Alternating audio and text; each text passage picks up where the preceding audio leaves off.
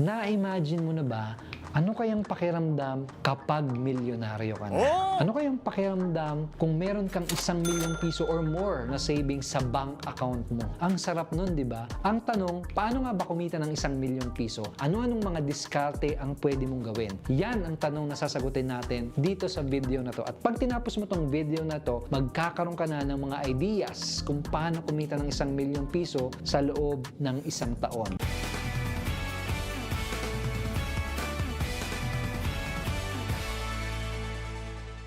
Hello mga chong, hello mga chang. Kung ngayon mo pa lang ako mapapanood, ako nga pala si Edward Reformina. Isa akong online marketer, business owner at investor. At dito sa channel na to, nagbibigay ako ng iba't ibang tips, paano magpalago ng negosyo at magparami ng pera. In short, paano magkaroon ng mas maraming cha-ching. Kaya mga chong at mga chang, kung gusto mo laging makapanood ng mga videos na tungkol sa negosyo, sa pera at sa motivation, please click the subscribe button, pati na yung bell icon. So lahat tayo mayroong mga goals at pangarap, tama ba? At iba-iba tayo ng mga pangarap. Yung iba gustong sumikat.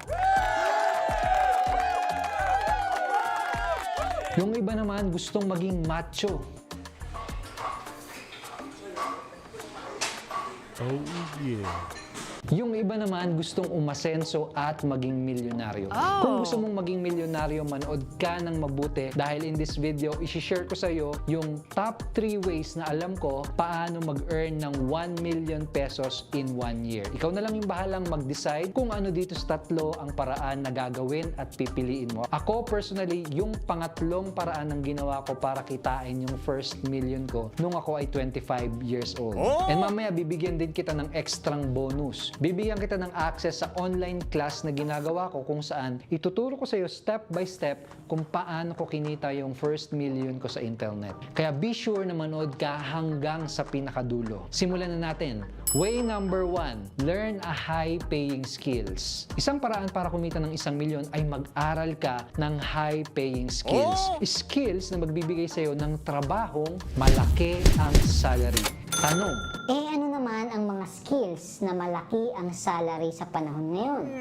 dahil sa pandemya, halos lahat ng mga bagay ay online na. Kaya ang mga in-demand at mga high-paid na skills ay yung mga bagay na related o yung mga skills na related sa computer at software programming. Madalas kumikita ang mga programmer ng 30,000 pesos hanggang 100,000 pesos na sweldo kada buwan. Yung iba masigit pa dyan, lalo na yung mga freelancer na nagtatrabaho para sa mga foreign companies. Siyempre, nakadepende ang sasahudin mo sa level ng skills at experience mo. Ito maganda. Hindi mo kailangang kumuha ng 4-year course. Hindi mo kailangang mag-aral ng pagkatagal-tagal para maging isang magaling na software programmer. Ang dami kong kilalang mga highly paid programmers na self-taught. Sarili lang ang iniisip. Tama naman, di ba? Hindi, joke lang. Seryoso, sila ay mga self-taught or mag-isa lang nilang inaral yung skills nila. Kasi sa panahon ngayon, napakarami mong website na pwedeng puntahan para matuto on your own, para ka maging self-taught din.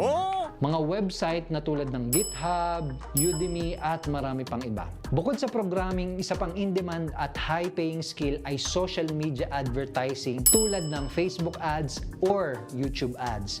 Napakaraming mga negosyo ang kailangan ng tulong para makapag-market at makapag-advertise online. Kung meron kang skill sa advertising, yung mga negosyante, yung mga business owners, willing silang bayaran ka ng malaki kung matutulungan mo silang makapag-advertise at makakuha ng mga prospect or leads sa internet. Facebook advertiser salary ay pwedeng mag-range mula 25,000 pesos hanggang 50,000 pesos per month kapag local yung company pinapasukan mo. Pero kapag foreign ang company, mas malaki ang pwedeng kitain.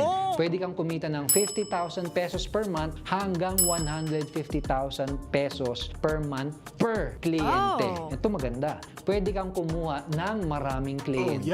Ito, imagine mo ng mabuti ha.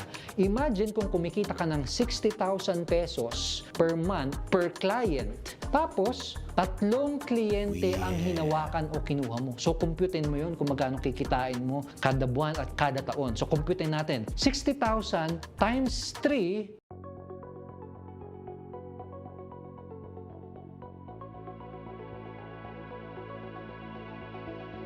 Sige na nga, mag-calculator na lang tayo para mas madali. Papanggap pa kasi na magaling sa math, hindi naman magaling sa math, di ba? So, computin ulit natin ha. 60,000 times 3 equals 180,000 pieces per month. Tapos i-times mo yun sa 12, syempre, merong 12 months sa loob ng isang taon, 180,000 times 12, meron kang potential salary na 2,160,000 pesos. Ang laki, di ba? So, way number 1, learn a high-paying skill. Way number 2, sell online. Sa panahon ngayon, karamihan ng mga transaksyon ay ginagawa na lang online. Pag-order ka ng pagkain, online. Pag mag-aaral ka, mag-i-school ka, online. Magsha-shopping ka, bibili ka, online. Pati nga pag-jojowa, pakikipag-date, online na. Bantayan mo yung anak mong nag-online, baka nakikipag-date na yan, no? Isa sa paraan para kumita ng 1 milyon ay mag-start ka ng online business at magbenta ka online. Ito maganda. Perfect timing ngayon na magsimula ng online business dahil maraming Pinoy sanay nang bumili online. Hindi tulad dati, marami pang skeptical, marami pang alangan bumili online. Ngayon, normal na lang ang pagbili online. Ikaw, nasubukan mo na bang bumili ng kahit na ano online? For example, sa Lazada. Nasa Lazada yan. Or sa Shopee. Shopee free delivery. O, di ba? Online na lahat. At napakalaki ng potential income ng mga online businesses.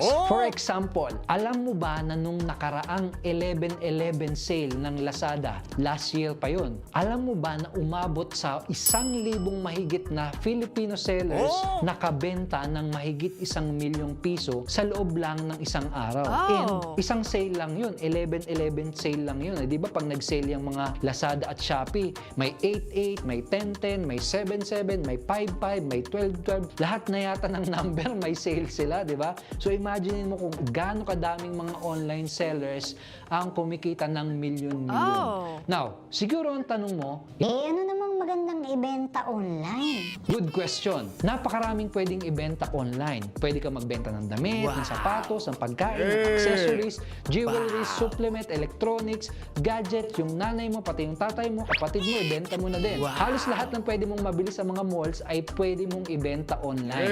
Meron akong kaibigan, ang product na binibenta niya online ay lutuan ng Japanese food, no, kawali ang tinitinda niya online. At binibenta niya yung item na yon ng around 3,000 pesos. Imagine, bawat tao na bibili sa kanya ng kawali, kumikita siya ng 3,000 piso. Imagine, makabenta lang siya ng 3 piraso kada araw. So, 3 times 3,000 pesos equals 9,000 pesos ang kinikita niya bawat isang araw. So, i-multiply mo yon sa 30 days, 9,000 per day times 30 days para malaman natin kung magkano yung kinikita niya kada buwan. So, kwentahin natin yun, no?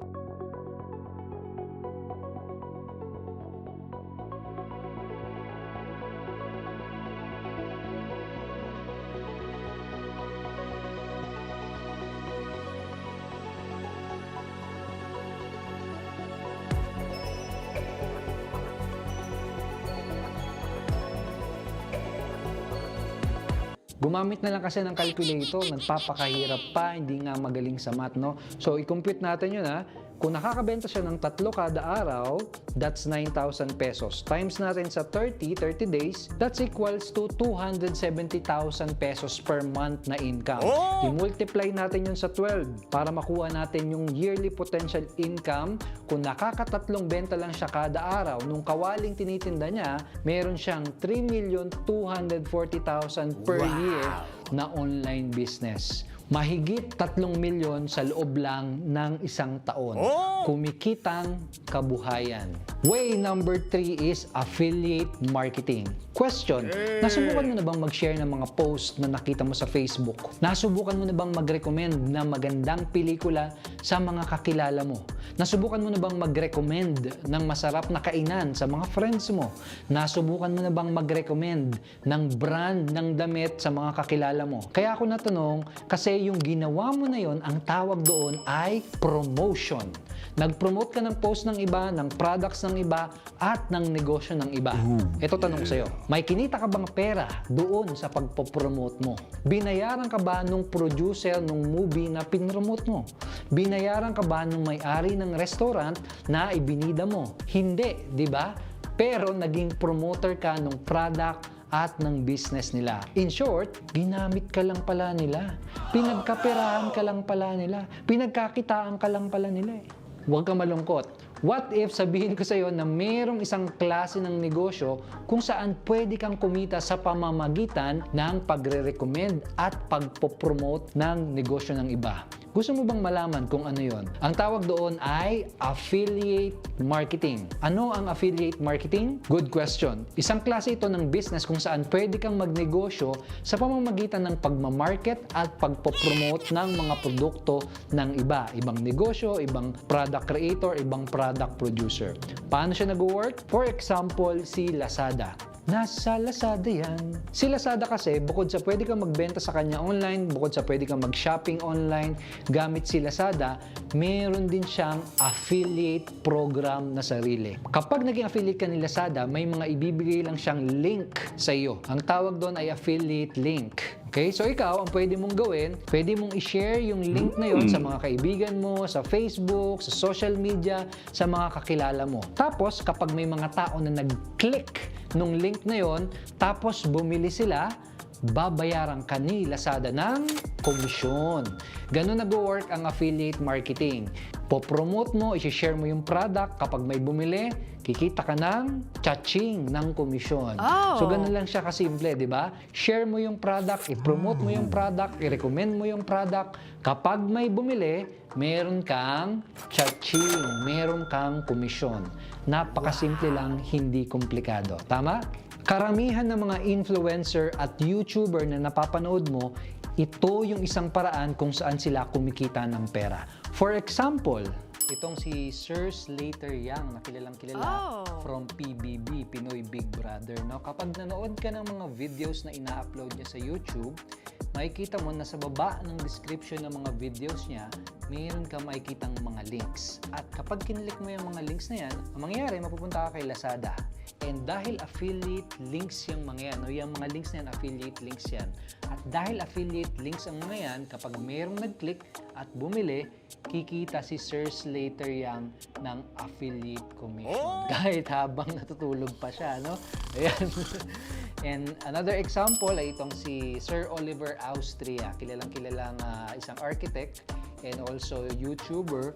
And kapag pinanood mo din yung mga ina-upload niyang videos, like to see that this video. yan, sa baba ng video niya, may mga affiliate links ka rin na makikita. Oh, yeah. Kapag click mo yan, another link na papunta sa Lazada. Kapag may nag-click at bumili, kikita rin si Sir Oliver Austria ng affiliate commission.